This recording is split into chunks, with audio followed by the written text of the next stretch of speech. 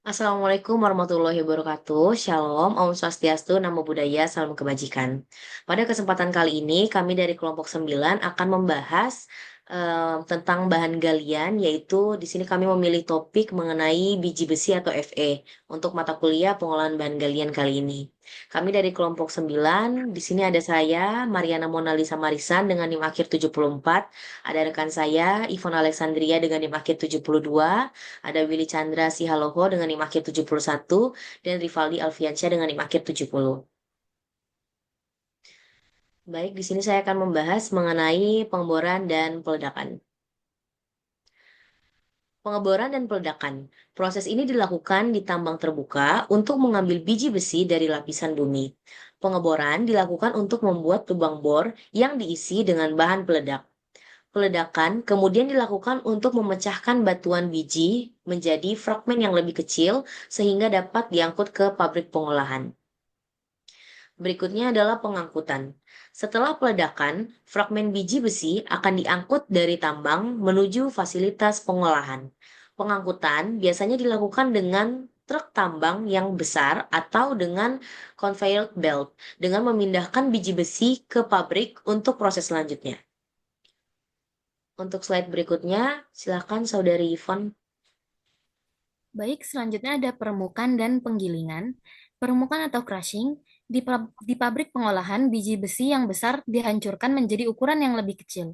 Peremukan pertama atau primary crushing biasanya menggunakan jaw crusher atau giratory crusher, sedangkan peremukan lanjutan atau secondary crushing dapat menggunakan cone crusher. Lalu selanjutnya ada penggilingan atau grinding. Setelah diremuk, biji besi digiling menggunakan alat penggiling seperti ball mill atau rod mill. Penggilingan bertujuan untuk mendapatkan partikel biji besi yang halus agar lebih mudah dalam pemisahan mineral berharga dari pengotornya. Next. Baik, diagram alir akan dijelaskan oleh saudara Rivaldi. Selanjutnya di sini ada diagram alir dari permukaan dan penggilingan atau biasa disebut dengan komunisi. Jadi dari proses pertambangan dan pengangkutan, biji besi dimasukkan ke dalam crusher menggunakan jaw crusher.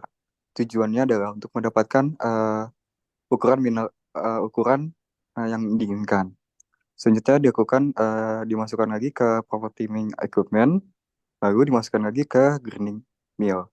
Uh, Fungsi dari grinding mill ini dengan tujuannya untuk menghasilkan biji menjadi lebih halus. Selanjutnya proses ini dilakukan 2 kali sehingga menghasilkan bentuk atau ukuran biji yang diinginkan.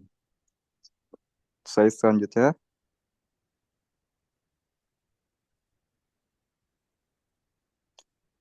di sini ada pemisahan atau bisa disebut dengan separation. Proses ini dilakukan untuk memisahkan mineral besi dari pengotornya. Ada beberapa metode pemisahan yang digunakan, bergantung pada karakteristik bijinya. Yang pertama, ada magnetic separation, yaitu biji besi seperti magnetit dipisahkan dengan memanfaatkan sifat magnetiknya. Selanjutnya ada flotasi, digunakan untuk jenis biji tertentu seperti hematit, yang melibatkan proses pengapungan untuk memisahkan mineral berharga dari zat pengotornya. Tujuannya untuk memperoleh mineral besi berkonsentrasi tinggi dan membuang pengotor.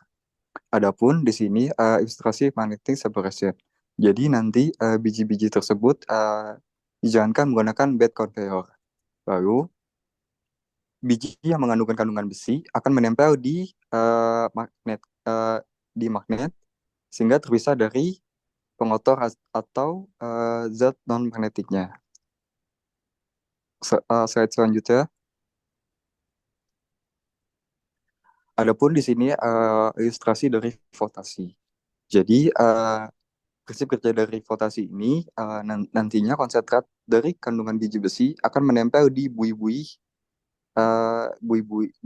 air sehingga konsentrat ini akan terkumpul di bagian atas. Sedangkan untuk zat pengotornya akan terkumpul di bagian bawah sehingga teralirkan ke pipa tailing. Selanjutnya, untuk slide ini akan dijelaskan oleh saudara saya. Baik, selanjutnya ada konsentrasi atau concentration. Konsentrasi biji besi dilakukan untuk meningkatkan kadar besi. Proses ini bisa dilakukan melalui metode gravitasi maupun magnetik. Biasanya, setelah pemisahan magnetik, biji besi dikonsentrasikan lebih lanjut untuk meningkatkan kemurniannya. Alat yang digunakan adalah spiral konsentrator, kemudian ada alat magnetic separator. Nah, pada alat ilustrasi spiral konsentrator, seperti yang terlihat pada gambar, biji besi dimasukkan dari atas feedbox, kemudian melalui tahap concentrated collecting pipa, kemudian ada spiral section, kemudian ada heavy minerals, dan kemudian lanjut pada proses middling dan light mineral atau rejects.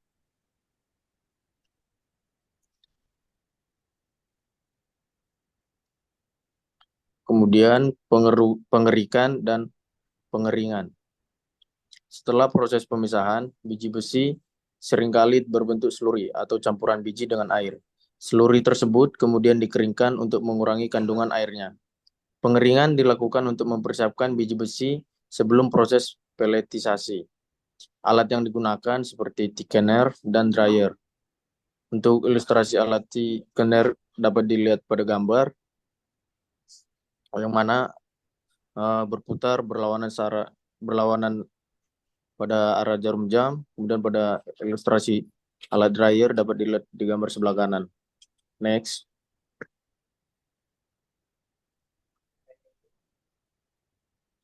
Kemudian ada pelletisasi. Biji besi halus yang telah dikonsentrasikan dibentuk menjadi butiran kecil atau pelet. Proses ini melibatkan pencampuran biji besi halus dengan bahan pengikat, lalu dipanaskan di dalam pelletizer atau indurating furnace untuk membentuk pelet keras.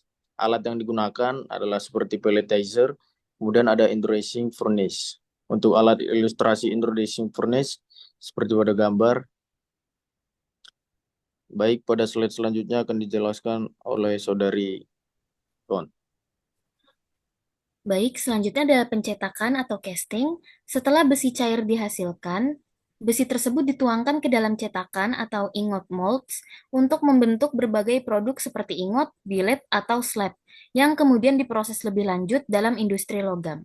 Alat yang digunakan biasanya ingot mold, ada juga continuous casting machine seperti yang ada pada gambar.